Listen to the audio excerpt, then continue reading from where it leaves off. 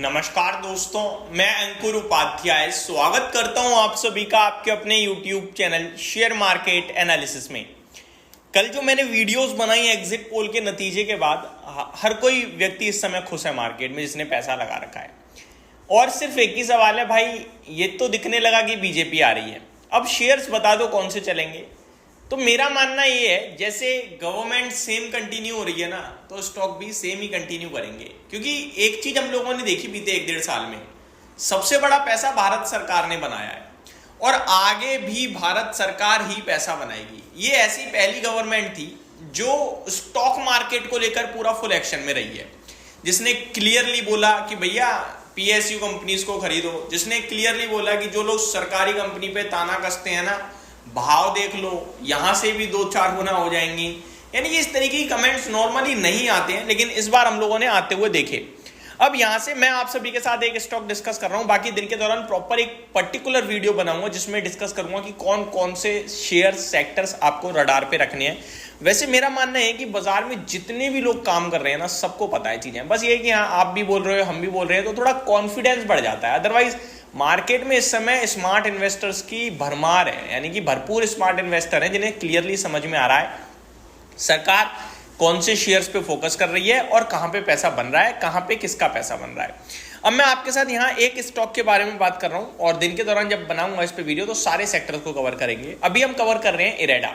देखो इरेडा ना नवरत्न कंपनी तो बन चुकी है, मैंने वीडियो भी कवर करी थी। अभी ये महारत्न कंपनी की तैयारी में है, महारत्न कंपनी बनने की तैयारी में है और कंपनी ने 2030 तक के कुछ बड़े लक्ष्य रखे हैं। अब देखो सरकारी कंपनी है, सेम सरकार कंटिन्यू करने वाली है, तो डेफिनेटली इसके ये लक्ष्य अचीव होंगे। मानते हो नहीं मानते हो? अब ये लक्ष्य अगर अचीव हो गए तो आपको पता है कंपनी क्या कह रही है, 5 गुना होने की बात कर रही है, यहां से 5 गुना। अब 5 साल में 5 गुना यानी हर साल डबल, तो इससे बड़ा पैसा तो कहीं भी नहीं बन रहा फिर। तो इरेडा का शेयर एक डेफिनेटली रडार पे रखने वाला है यहां से 3 से 5 साल के व्यू के लिए इन्वेस्टमेंट के हिसाब से। अब क्या एक चीज है वो मैं आपको बताता हूं।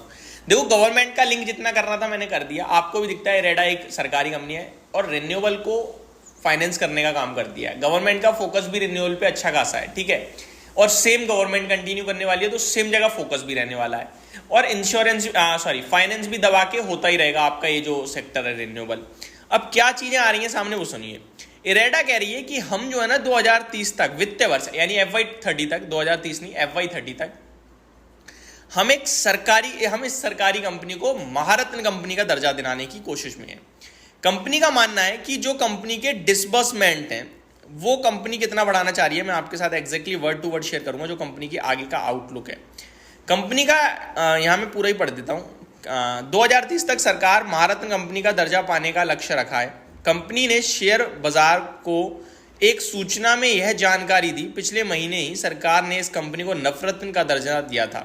कंपनी ने कहा कि उसने महारत्न कंपनी बनने के लिए कुछ लक्ष्य किए हैं जिन्हें वह वित्त वर्ष 2030 तक हासिल करना चाहती है।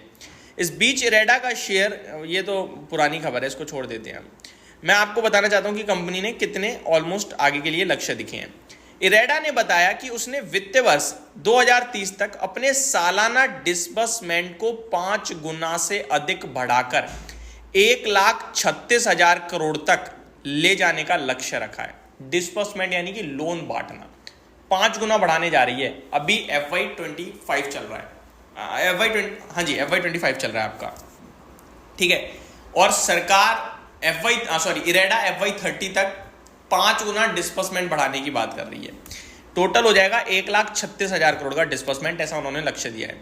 वित्तीय वर्ष 2024 के अंत में इरेडा का डिस्बर्समेंट 25,090 करोड़ था, यानी कि 25,090 करोड़ FY24 में था और इसे FY30 तक 1,36,000 करोड़ की बात चल रही है, 5 गुने से भी ज्यादा की, क्योंकि 5 गुना करोगे तो 1,25,000 के करीब आएगा, जो वित्तीय वर्ष 2023 की तुलना में 15% अधिक था। तो ये जो 25,000 है ये FY23 के सामने 15% ज्यादा था। आगे बात करी जाए तो केवल डिस्बर्समेंट की ही नहीं, मैं एक एक करके सारे आंकड़े रखता हूं इनके। लोन बुक का टारगेट भी इनका मैं बताना चाहूंगा आपको। लोन बुक का टारगेट इनका जो है वो 3,49,700 करोड़ का है। करंटली FY25 में देखा जाए करंट लेवल से, तो जो टारगेट FY25 तक है वो है 83,700 करोड़ का। एक एक करके मैं पूरा डिटेल रखता हूँ।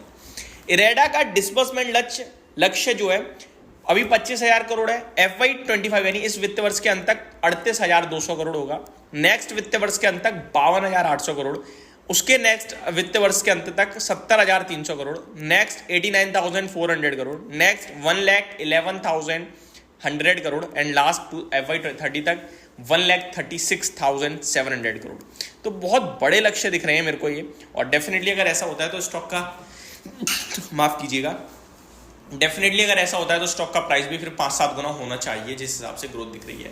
तो ये एक स्टॉक है जो डेफिनेटली करंट गवर्नमेंट के कंटिन्यू करने से बेनिफिट होता हुआ दिखेगा लंबी अवधि में।